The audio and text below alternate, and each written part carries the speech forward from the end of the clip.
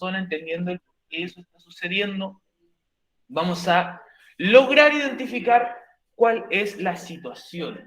Ayer lo hablamos y dijimos el contexto en el que estamos nosotros ahora aún es el contexto de pandemia, estamos rodeados por este virus y esa es la razón de que estemos usando mascarillas, esa es la razón de que estemos conectados a través de internet con los compañeros que están en la casa y ese es nuestro contexto de por qué estamos viviendo como estamos viviendo en estos momentos.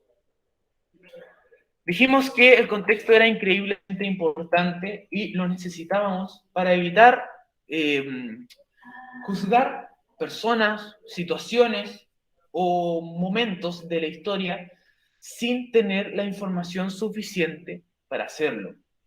Dentro de esto, uno de los ejemplos que vimos primero fue esta fotografía de esta madre que tenía la guagua en el suelo, estaba ella metida en el celular, y que en un principio muchos la vieron como, bueno, una madre descuidada. Hay algunos que dijeron, no, una mala madre, ¿cómo se le ocurre? ¿Cierto? O como dice la persona que la subió a internet, ¿cómo se le ocurre dejar a la guagua en el suelo? Luego de que obtuvimos el contexto y que vimos que esta madre había estado todo el día, bueno, había estado... ¿Cómo saben que lo que ella dijo es verdad? Porque lo investigaron, fue investigado por un medio periodístico. ¿Ya? Y claro, mira, por un lado podríamos decir, oye, si está inventando todo para salir de la culpa, pero ese contexto es real, fue investigado por el medio, se vio que los boletos eran así, que había tenido todo este problema con la aerolínea y que no estaba inventando las cosas. Ahora, luego de que vimos que había estado 2 días ahí con la guagua en el aeropuerto y todo, dijimos, ya no era tan mala madre como pensamos. Luego vimos al presidente decir que estamos en guerra. Esa frase que resonó mucho y que hasta el día de hoy resuena en la mente de las personas, que se sacó de contexto en su momento y que se usó para muchas campañas que, bueno, hablan mal de el presidente. Que si bien es súper fácil hacerlo y es súper fácil sacar de contexto cosas cuando hay personas que no nos caen muy bien en general, ¿ya? Y esto lo hacen todos los lados políticos. O sea, a la izquierda le encanta sacar cosas de contexto para dejar mal a la derecha, y a la derecha le encanta sacar cosas de contexto para dejar mal a la izquierda. En cuanto al periodismo acá en Chile, son como niños chicos, como niñitos que pelean, así como, no, tu papá le pega a mi papá, y ¿ya? ¿Qué te pasa? Empiezan a ver. Hace poco, en el debate, se preocuparon más de decir, oye, pero tú tenías aquí cuentas en el extranjero, y el otro dijo, ah, pero tú también tenés cuentas en el extranjero y te compraste esta empresa. Y el otro dijo, ah, pero tú te compraste esta empresa y esta otra más. Ah, pero tú tenés más plata en el extranjero. Y, claro, y en vez de hablar, oye, yo quiero mejorar el país de esta y de esta forma, se preocuparon de tirarse barro los unos a los otros, en vez de hablar de lo que deberían hablar en un debate. O sea, la pelea se fue por el otro lado.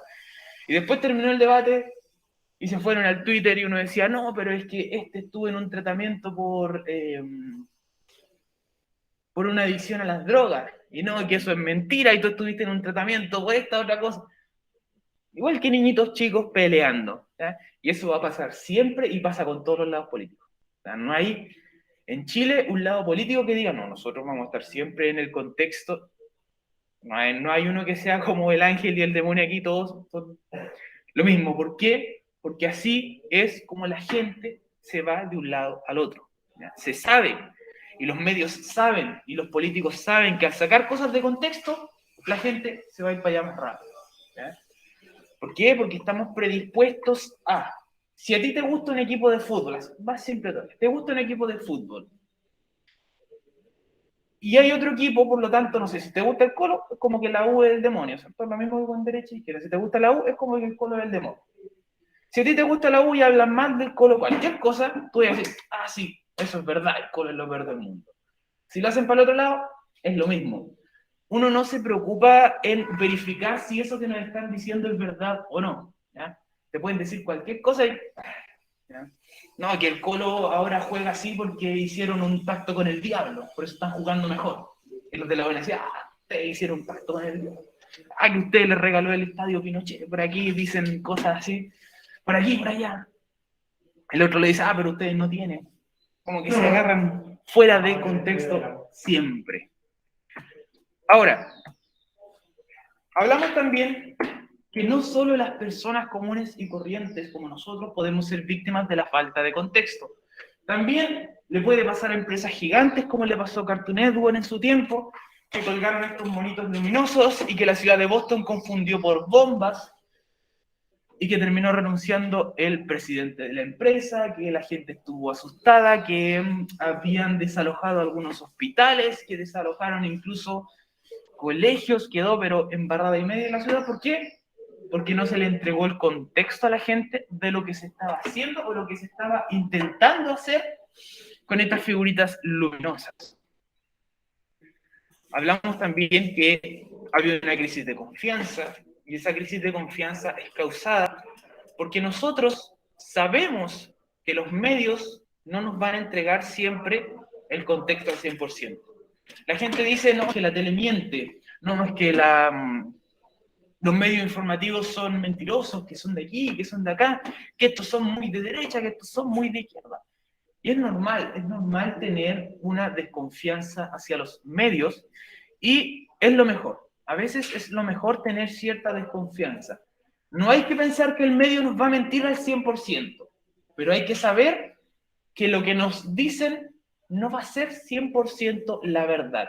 Siempre va a estar cargadita hacia algún lado. Como lo vimos hace unas semanas, los distintos diarios en Chile ya tienen como un punto de vista político o un punto de vista en cuanto a la seriedad que van a interpretar las noticias. Las últimas noticias, que era más de farándula, por lo tanto no va a hablar de cosas tan importantes en el país. The Clinic, que es un diario político, está más cargado para la izquierda, no va a hablar sobre cosas buenas a la derecha. El Mercurio, que trata de ser más central, pero está un poquito más cargado para la derecha, tampoco va a ser tan extremo en las cosas que diga. Y Gamba, que ya es como otra cosa, otra realidad. ¿Has leído alguna vez un titular de Gamba.cl? ¿De Gamba.cl? Monogamba. Son de tal forma que yo no podría leer uno aquí por cómo están escritos. O sea, uno de los más suavecitos que tiene ese diario, entre comillas, porque es un diario como del pueblo por redes sociales, es que una persona, en vez de decir que era adicto a algo, o que se decía que era adicto a algo, le pusieron el jalero cocainómano en el titular. Así, de frente. Y son así, insultan, echan mucho garabato, es como para reírse un poco leer los titulares de ese diario. También dijimos que los canales nunca van a ser nuestros ángeles ni nuestros demonios, porque los canales siempre se van a mover por el dinero, ¿ya? Como todo lo que es grande, como todas las empresas, se entiende que se van a estar moviendo por el dinero. No hay un canal que sea como un canal del pueblo, que nos vaya a estar ayudando siempre o que se vaya a preocupar de las cosas. Incluso se ve con ciertas empresas, ciertos empresarios que hasta las cosas que hacen por caridad, las hacen por tener algo de ganancia de alguna forma. De todas maneras, tenemos que entenderlo, ¿ya? Si no lo hicieran así, los canales no se podrían mantener, no podrían existir, porque obviamente necesitan dinero para estar funcionando. Es algo que se entiende por qué funcionan así. Y para no caer en esto, es donde debíamos ser una audiencia responsable. Nosotros, como lectores, nosotros como personas que están recibiendo esta información, tenemos que ser responsables. Si buscamos algo en Google, como esta persona de acá del cómic, que la hija le dice, no papá, esa es una noticia falsa. Él dice, pero ¿cómo va a ser falsa si dice exacto lo que yo pienso? Ahora, si usted busca cualquier cosa en Google, lo va a encontrar. Lo que sea, aunque usted esté buscando si es que las vacunas te dan 5G y hacen que el brazo sea magnético. Si tú lo buscas en Google, va a haber alguien que haya escrito sobre que eso pasa. Ahora, si la información que encontraste es del blog de Juanito Pérez, que admira al doctor Failia Salfate, hay que empezar a pensar un poquito si lo que está diciendo es verdad o no.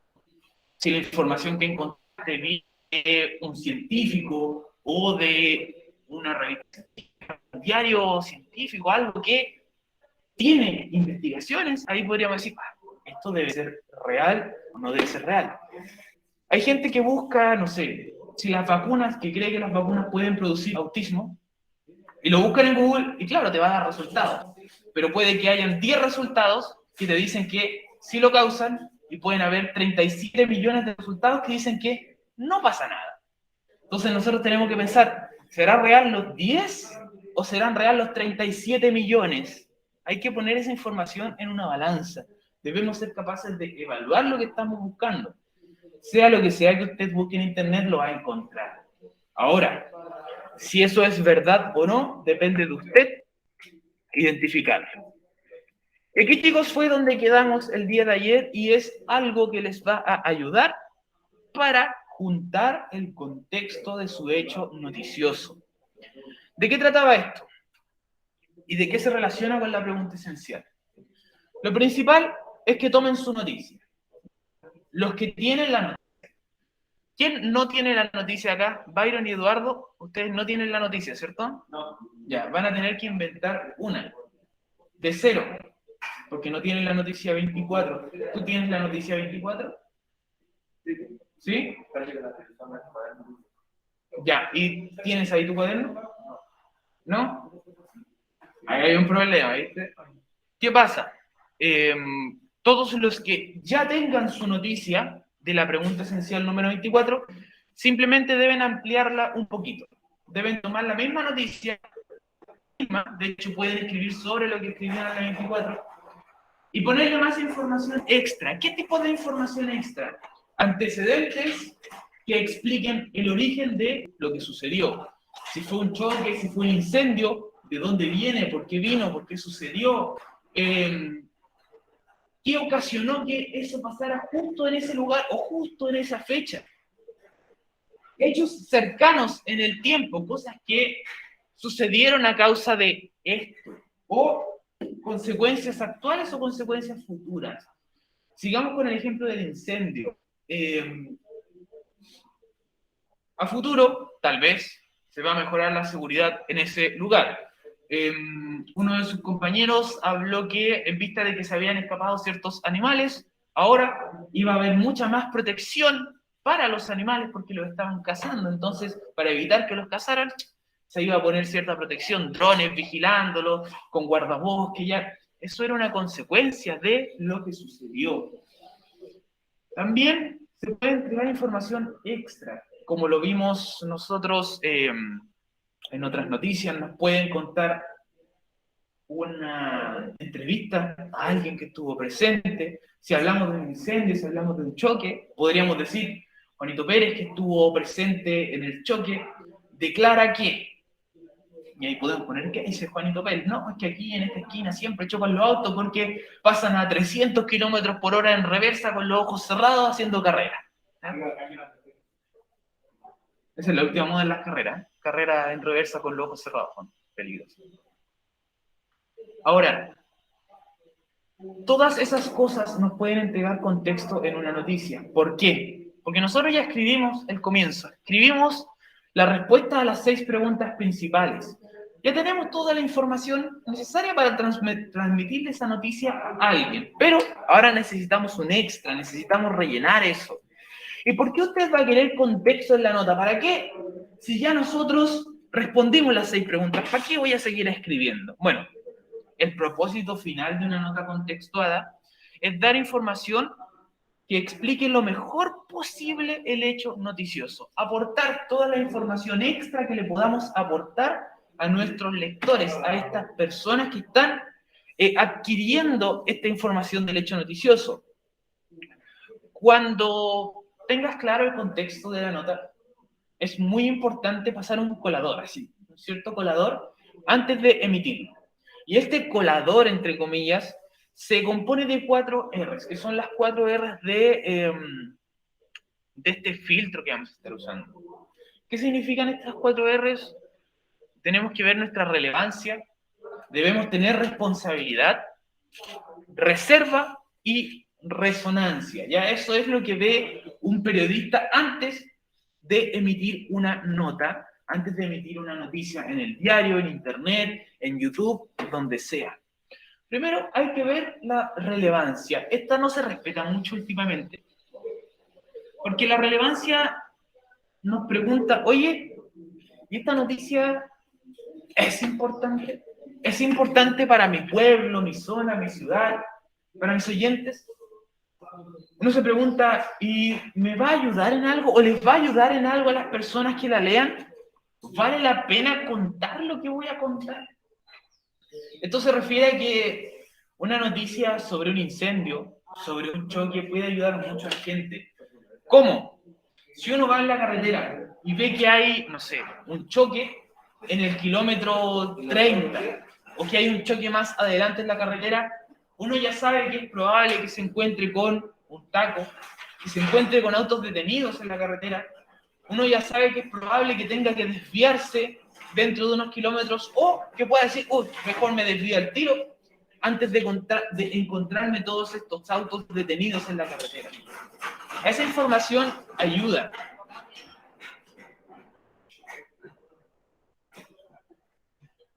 Si es que sabemos de un incendio y de repente tenemos que viajar a esta ciudad y nos dicen, uy, este incendio se está extendiendo hacia la ciudad, se está extendiendo hacia el pueblo, nos ayuda porque decimos, mejor pongo el viaje, no voy a ir nada porque puede ser peligroso, el incendio está muy grande, así que prefiero alejarme de la ciudad en vez de acercarme a ella.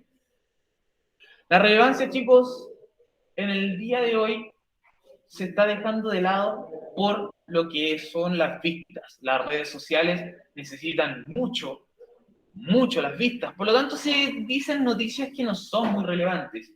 Que Juanito Pérez habló con alguien, que se vieron en un restaurante, que este otro salió con alguien que no era su pareja, etcétera, etcétera, etcétera. Todas estas cosas que en realidad no son muy relevantes terminan saliendo igual. ¿Por qué? Porque se necesitan esas vistas, necesitan esas interacciones en las redes sociales. Así que la relevancia empieza a quedar de ladito. Luego, hay algo súper importante, pero súper importante, parte de la ética de un periodista es ser responsable. Y aquí es donde los canales independientes de periodismo no. ¿A qué me refiero yo con canales independientes? En vista de que ahora es tan fácil hacer un Instagram, hacer un Facebook o hacer un Twitter de noticias para compartirlas, cualquier persona puede hacerlo. Cualquiera. O sea, si a usted mañana se le ocurre hacer un Twitter de noticias, puede hacerlo y empezar a compartir noticias. Ahora, estos canales muchas veces no se hacen esta pregunta de la responsabilidad, no se dicen, oye, ¿estoy bien documentado? ¿Lo que yo quiero compartir se basa en chismes o se basa en la realidad? ¿Esto está verificado lo que estoy diciéndole a la gente? ¿Cuál es la fuente de mi noticia? ¿Me la dijeron por ahí? ¿La escuché por aquí, por allá? ¿O es una fuente real, una fuente que yo puedo fijarme? Aquí viene lo que yo les conté hace unas semanas. Estos tipos que pusieron un video falso en Twitter y que eran un medio informativo independiente y tenían muchos seguidores, pero que el video era falso y se supo que era falso. Entonces ellos no tuvieron responsabilidad. No estaban bien documentados, no verificaron que esa información fuera real, simplemente les llegó el video, lo compartieron como si fuera algo de verdad. Hay que ver si una fuente es segura antes de compartir una información. Y esto también va para nosotros. Aunque nosotros no escribamos las noticias, aunque no seamos periodistas, de todas formas, muchas veces las compartimos con nuestros familiares, con nuestros amigos, con las personas conocidas. Y ahí es donde nosotros debemos tener responsabilidad. Antes de compartir una noticia, hay que decir, ¿y de dónde viene? viene de, este audio me lo mandaron en el grupo del condominio, donde una señora dice que su esposo, que es amigo de alguien de la Armada, nos contó que se están acuartelando porque va a haber un golpe de Estado el día de mañana. Ese audio es el audio típico que llega, ¿cierto? Cuando empezó la pandemia, no, que me mandaron este audio, que él trabaja que es médico, no sé en qué hospital, y nos dice que las vacunas no están llegando, o que se acabaron los respiradores, había un tiempo, cuando empezó el estallido, no, que los militares se están acuartelando, van a salir a matar gente en la noche. No, que se van a robar los votos cuando hubo la elección en la noche, así que vayan a votar el domingo, porque el sábado los carabineros se van a robar todos los votos. Y salen audios por aquí, por allá, y llegan, no sé, uno lo ve en el grupo de la Feria de las Pulgas, que lo mandan del audio. No, que te juro que este es el tío de una amiga que es primo del hermano de alguien que parece que conoce a uno que es como suboficial. Pero es como súper dudoso. Hay que ser responsable con esa información. Hay que ver que la fuente sea real, ya que no nos esté llegando una fuente así. Y lo otro que también es muy importante es la reserva. Que usted sepa algo no significa que de inmediato debe contárselo a todo el mundo. Que usted obtenga la información tampoco quiere decir que sea necesario que ya la publique al tiro. Hay que preguntarse si hay que tomar alguna precaución antes de emitir la noticia. Hay que ver si tenemos que tener cuidado antes de contar algo. Y esto es precauciones para el periodista y precauciones para las personas que están saliendo en esta noticia. Ustedes saben lo que son los Pandora Papers, ¿o no? No. ¿No? ¿Y en la casa? ¿Saben lo que son los Pandora Papers? ¿Han escuchado de eso? No, dice Juan. Ya, les cuento. En todo el mundo se liberaron estas cosas que se llaman Pandora Papers, que es una investigación que hizo un grupo de periodistas, creo que eran como 600 o 6.000 periodistas, muchos, que hicieron una investigación, pero súper grande, que veía dónde ciertas personas muy ricas del mundo tenían guardado su dinero, lo tenían en paraísos fiscales para no pagar impuestos. Dentro de estas personas estaba el presidente Piñera, y es por eso que Pandora Papers fue como tanta noticia aquí en Chile, que el presidente de Chile estuviera evadiendo impuestos, o sea, que no pagar impuestos en el país donde él es presidente era como raro. Además se supo que había tenido como unos problemas con otra empresa, donde había vendido como influencias, favores. Es como, ¿ah? No, había vendido favores a una empresa que le dijo, oye, te pagamos, pero si nos dejáis pasar este proyecto ahí como por abajo de la mesa. Dentro de todas estas cosas, se supieron un montón de problemas que habían tenido muchas personas millonarias. ¿Ya? Y esta es una investigación peligrosa para los periodistas. ¿Por qué? Hace unos años antes se liberó algo parecido, que se llamaba Panama Papers. Los Panama Papers los liberó una periodista. ¿Qué creen que le pasó a esta periodista que los liberó sola? Se la pillaron. A pesar de que Byron creo que lo dice de broma, sí. ¿En serio? Sí, la asesinaron a la periodista. No se sabe cómo, no hay culpables, pero la periodista murió misteriosamente. ¿Ya? Es por eso que hay que tener reserva muchas veces antes de decir esta información, porque esta información de gente muy poderosa, de gente con mucho dinero. Y no toda la gente con mucho dinero es gente buena. Por eso ahora cuando se liberó Pandora Papers, se liberó como por el grupo de 6.000 investigadores. ¿Ya? Para que no fuera como que una sola lo liberó y estuviera ya en peligro, fue con un poco más de precaución. Y además hay que tener precaución hacia la persona que se divulga. Ahora que están de moda, bueno, han estado tan de moda las funas, uno, sí, me lo imagino, uno no sabe si la funa es de verdad o no. Y es así con un periodista. Un periodista no puede decir que una persona es culpable antes de que haya sido declarado culpable. Recuerden que la ley dice toda persona es inocente hasta que se pruebe lo contrario. Debe ser declarado culpable en un juicio antes de que el periodista pueda decir este es un asesino, este es tal o tal. Ahora, ¿qué pasa si se divulga una información así, diciendo no, esta persona es asesino o hizo este crimen y todo, y después resulta que la persona era inocente? Sucede que toda ¿cómo se llama? Todo lo que puede ser esta persona ya se rompió. De una. La gente va a creer que el tipo es culpable, aunque después se diga que es inocente. Hay que tener mucho cuidado al liberar esta información.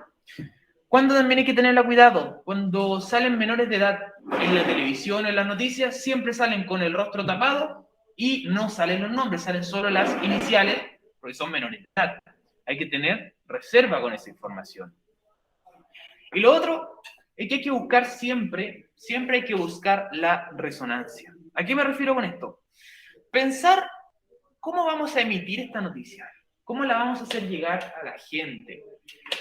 Antiguamente era súper difícil para una persona como nosotros compartir una noticia. Antiguamente los únicos que tenían el poder de la información eran los medios grandes, o los diarios, o la televisión, y el medio más pequeño al que podía aspirar a llegar la gente era la radio. Así como la radio era el único donde uno podía ir, a lo mejor llamar y dar una noticia, y la radio la mencionaba. Era como el único medio que existía que se relacionaba más con la gente. Ahora con las redes sociales, la gente manda sus videos al Mega, el Mega Testigo que sale siempre, que empezaron a hacerlo todos los canales, como que reciben videos de la gente.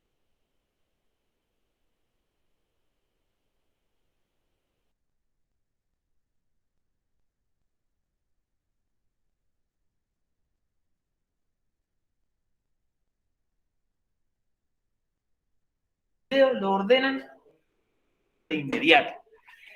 Entonces, la resonancia ha cambiado. Cuando usted quiere emitir una noticia importante, ya sabe cómo hacerlo, sabe que lo puede tirar por Facebook, por Instagram, ver para que se haga viral, mandarlo a los distintos medios. Si es algo muy importante, sale por aquí, por allá. Hay medios que ayudan a la gente. Cuando se pierde el auto, se roban motos. Cuando se pierde un perrito, sale en los Instagram de las, ¿cómo se llama?, de las organizaciones animalistas, todo, uno puede ir ahí y pedir esta resonancia que antes era imposible de obtener. Eso quiere decir resonancia, para que le llegue a la mayor cantidad de gente posible nuestra información. Ahora, aquí hay una pequeña nota que la vamos a escuchar, ¿ya? Es cortito, que es una nota que tiene contexto, y es así como se debería hacer una nota con contexto de forma correcta. Estos tipos tienen una noticia de la que nos van a hablar, una noticia de Chile, esta es una radio, y ellos nos entregan mucho contexto sobre esta nota de Chile, ¿ya? La vamos a escuchar y vamos a ver cómo se entrega contexto de forma correcta sobre una información. Porque en este país la justicia condenó a 15 años y 10 años más de cárcel a agentes de la policía secreta de Augusto Pinochet, quienes ahora fueron encontrados culpables del secuestro calificado de una estudiante universitaria en 1974. El secuestro calificado en aquel país es la figura legal para buscar justicia por los desaparecidos. El informe es de nuestro compañero Luis Jerez. La justicia chilena ratificó... Ya, hasta ahí, eso es la noticia como tal. Eso es lo que ustedes habrían escrito la semana 24. ¿Qué pasó? ¿Qué nos dice? Oye, ahora, hartos años después, fueron condenadas estas personas a 15 años de cárcel después de que en el 74 hubieran torturado a esta mujer, ¿cierto? Esa es la noticia. Y ahora lo que nos entrega esta persona es puro contexto sobre eso. ¿Por qué pasó? ¿Cómo los encontraron? ¿Quiénes era esta mujer? Una nueva condena de prisión para 6 integrantes de la cúpula de la Dirección de Inteligencia Nacional, la DINA, la policía secreta de Pinochet en los primeros años de la dictadura militar. Este fallo es una condena por el delito de secuestro calificado de la estudiante universitaria Muriel Dockendorf, ocurrido en el año 1974. Fue un fallo dividido de 2-1 de la sexta sala de la Corte de Apelaciones de Santiago, el que confirmó las penas de primera instancia de 15 años de cárcel para el general en retiro Manuel Contreras, jefe de la DINA, y dos de sus principales colaboradores, el ex brigadier Miguel Krasnov Marchenko y el coronel en retiro Marcelo Morenbrito, los tres altos funcionarios de este organismo que persiguió, torturó y asesinó, según denuncias confirmadas por la justicia. Además, se confirmó la condena a otros 3 agentes de la DINA, el ex suboficial Vasclay Zapata, el ex oficial de carabineros Gerardo Godoy y el ex coronel de gendarmería Orlando Manso, los que fueron sentenciados a 10 años de presidio. En la resolución se confirma lo que el ministro Alejandro Solís ya había determinado, que Muriel Dockendorf fue detenida el 6 de agosto del año 1974 en su casa por los efectivos de la DINA, Osvaldo Romo y Vasclay Zapata. Al ser nuevamente detenida, la mujer fue conducida hasta la calle Londres 38. Ya, vamos a dejar ahí porque de ahí vienen los detalles que no son muy agradables. Ahora, chicos, estas personas no solo nos dicen no solo nos dicen, oye, mira, ya fueron condenados después de hartos años, sino que nos dicen quiénes fueron, cuáles eran sus cargos, y después se encarga de decir qué fue lo que hicieron. Hay otra cosa bien... Sí, da los detalles de lo que hicieron, cómo se la llevaron a esta mujer, que por eso no son detalles agradables, así que dejamos hasta ahí la noticia. Además, en ningún momento tenemos una duda por parte del periodista. Estas personas ya están condenadas, por lo tanto, son culpables, y él lo dice, están condenadas, salió ya la sentencia, así que son culpables, son secuestradores. ¿Ya? No hay ¿cómo se llama? Que el periodista está inventando, nosotros lo tenemos claro.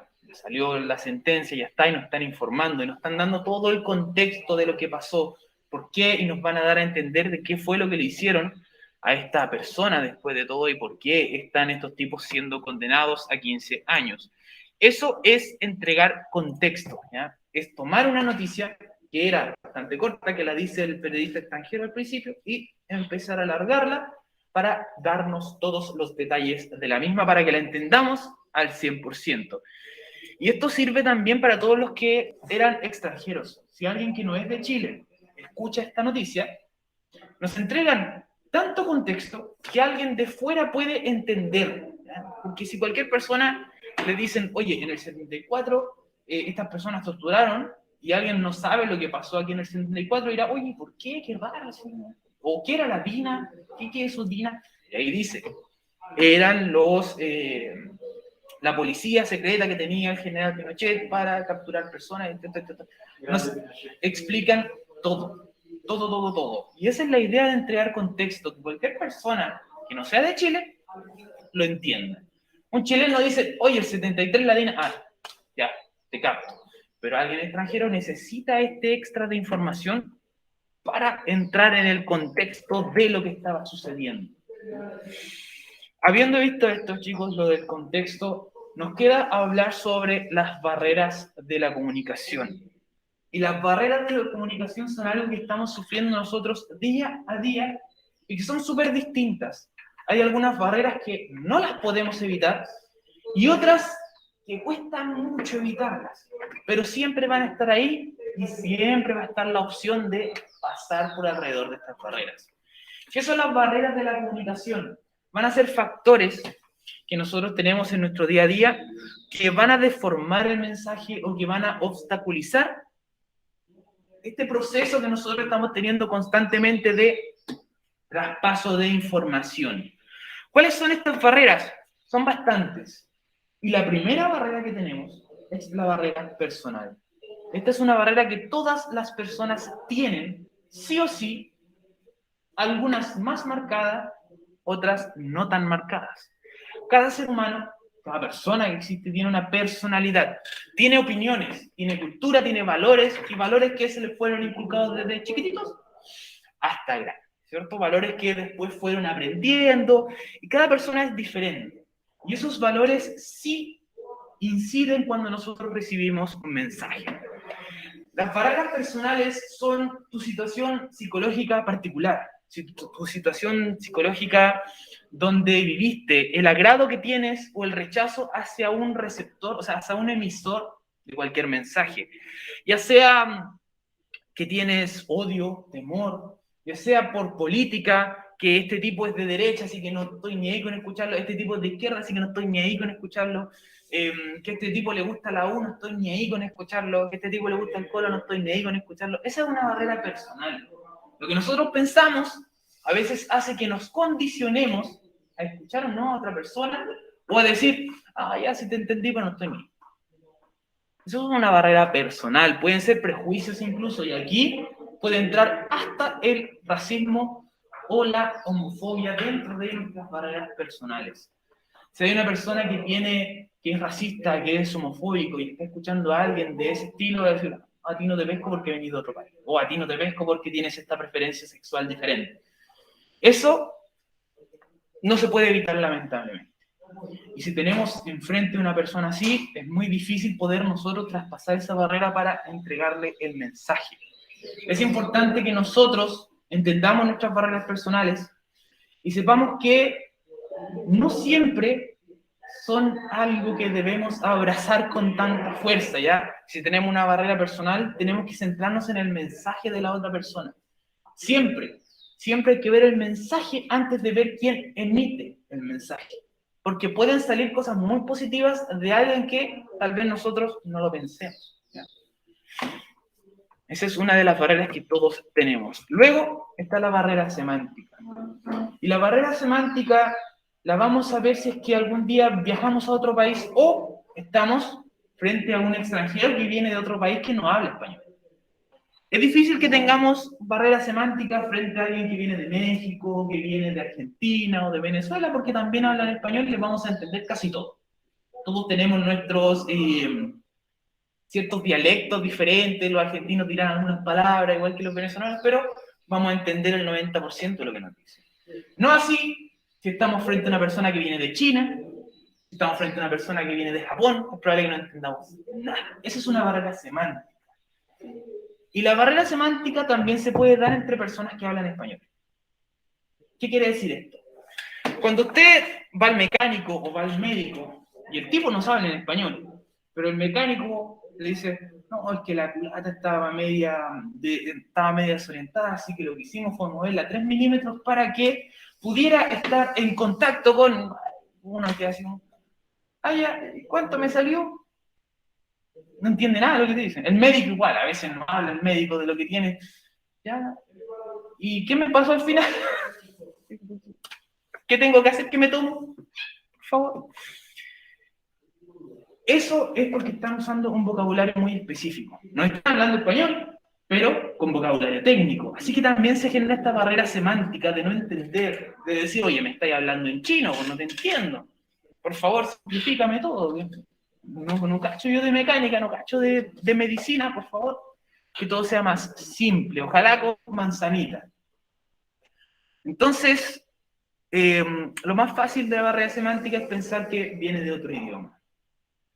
Se puede estar tratando de comunicar a la otra persona, pero está esta barrera entre medio que no permite que se entiendan, y es la barrera semántica. Es un idioma distinto, es una terminología muy específica, o es un mensaje tan extenso que nos empiezan a hablar y tampoco lo escuchamos. Luego tenemos la barrera fisiológica, y esta es con la que muchas personas nacen o tienen que aprender a vivir en el día a día, y para algunos puede ser súper difícil traspasar una barrera fisiológica. Esto quiere decir cuando una persona está privada de la visión, privada de la audición o privada de poder hablar y le va a costar comunicarse con otro. Una persona muda no puede comunicarse con alguien si no tiene, digamos, un papel y lápiz o la otra persona no sabe el lenguaje de señas. La persona muda queda lamentablemente con esa barrera fisiológica. Lo mismo, una persona ciega no puede leer normalmente, necesita que tener el texto en braille para poder pasar esa barrera. Una persona que no tiene audición es exactamente lo mismo. La barrera fisiológica viene con nosotros, puede que nazcamos con ellas o puede que se nos produzcan a futuro. Si alguien llega a quedar ciego, si alguien llega a quedar sordo a futuro, va a haber que buscar una forma de pasar esta barrera fisiológica que son difíciles de sobrepasar, sobre todo para las personas que no están acostumbradas a eso. Y una de las últimas son las barreras físicas. Las barreras físicas son las barreras que van y vienen, y tienen que ver con nuestro entorno. Barreras físicas nosotros hemos tenido ahora, estamos a través de internet. Si es que se cortara el internet en el colegio, ustedes pueden seguir teniendo la clase, pero sus compañeros en casa van a quedar colgadísimos. ¿Por qué? Porque se presentó una barrera física entre medio. A veces cuando falla el micrófono acá, también barrera física para los compañeros de allá.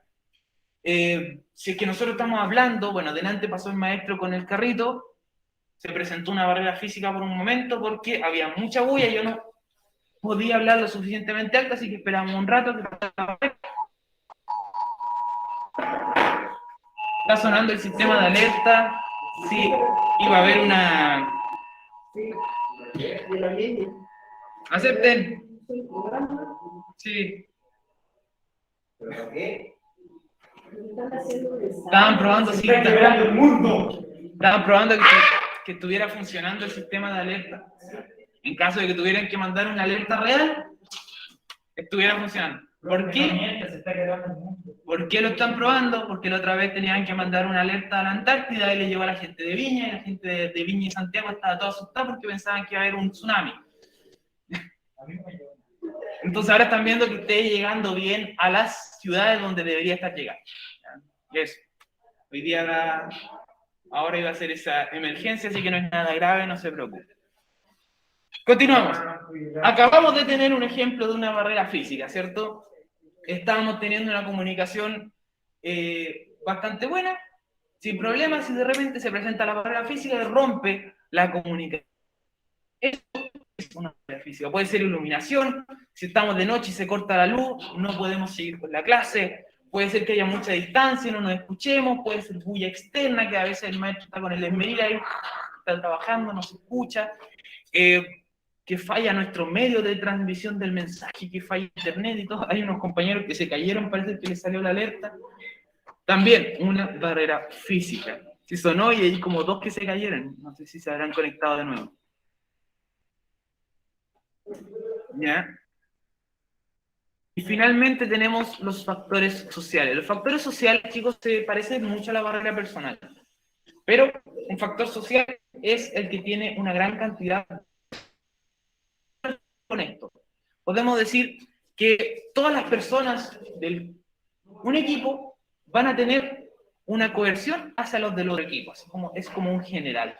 Lo mismo, todas las personas de una clase social puede que tengan una visión negativa hacia los de otra clase social, sea de arriba hacia abajo o de abajo hacia arriba. Finalmente se da ese como distanciamiento. Eso, son diferencias de ideas, diferencias de pensamientos, que se van dando por sociedades, por grupos de personas, ¿ya? Más allá de lo personal. Ahora, chicos, que quedan 15 minutitos, vamos a ver para que trabajen en su pregunta esencial, para que la vayan mandando y para irla revisando los que las envíen. ¿Qué deben hacer en la pregunta esencial? Se los leo de nuevo y se los vuelvo a explicar. Toman su noticia de la 24, si es que la tienen, y le agregan un poco más de contexto, tal cual hicieron estos caballeros que estaban hablando en la radio y que nos entregaron contexto de estas personas que estaban ahora siendo condenadas, tal como los ejemplos que yo le di. Expliquemos un poco más sobre su noticia, qué está pasando, por qué pasó, qué va a pasar después, se van a tomar medidas para solucionar este problema que sucedió. Cualquier extra que le podamos agregar es contexto. Si usted no tiene la 24, si no la mandó, como los compañeros de allá, deben inventar la noticia de cero. Inventan un titular, escriben la noticia y luego le dan contexto. ¿Ya? Me llamó la señora que está asustada pensando que iba a haber terremoto. Ya. Sí, se me había olvidado a mí lo del mensaje. Ya, chicos, los que están en casa, trabajen, vayan avanzando.